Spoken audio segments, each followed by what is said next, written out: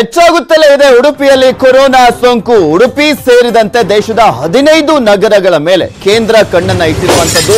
15 ನಗರಗಳಿಂದ ಶೇಕಡ 63ರಷ್ಟು ಕೊರೋನಾ ಕೇಸಸ್ಗಳು ದಾಖಲಾಗಿರುವಂತ ಹಿನ್ನೆಲೆಯಲ್ಲಿ 15 ನಗರಗಳಿಂದ ಈಗ ಆಲ್ರೆಡಿ 63ರಷ್ಟು ಕೊರೋನಾ ಸೋಂಕು ಇರುವಂತ ಹಿನ್ನೆಲೆಯಲ್ಲಿ ಆ ಒಂದು ನಗರಗಳ ಮೇಲೆ ಸಾಕಷ್ಟು ಕಣ್ಣನ್ನ ಇಟ್ಟಿದೆ, ನಿಗಾವನ್ನ ವಹಿಸಲಾಗಿದೆ.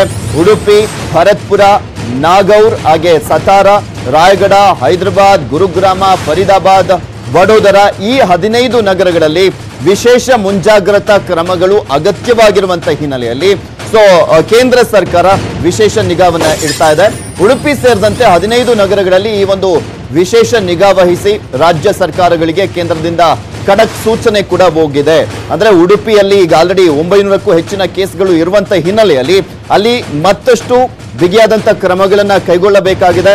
ಹೀಗಾಗಿ ಅಲ್ಲಿ ಕಾನ್ಸಂಟ್ರೇಟ್ ಮಾಡಿ ಅಂತ ಆಯಾಯ ರಾಜ್ಯಗಳಿಗೆ ಈಗ ಆಲ್ರೆಡಿ ಸೂಚನೆಯನ್ನ ಕೊಡಲಾಗಿದೆ. ಹಾಗೆ ನಮ್ಮ ರಾಜ್ಯ ಸರ್ಕಾರಕ್ಕೂ ಕೂಡ ಅಷ್ಟೇ.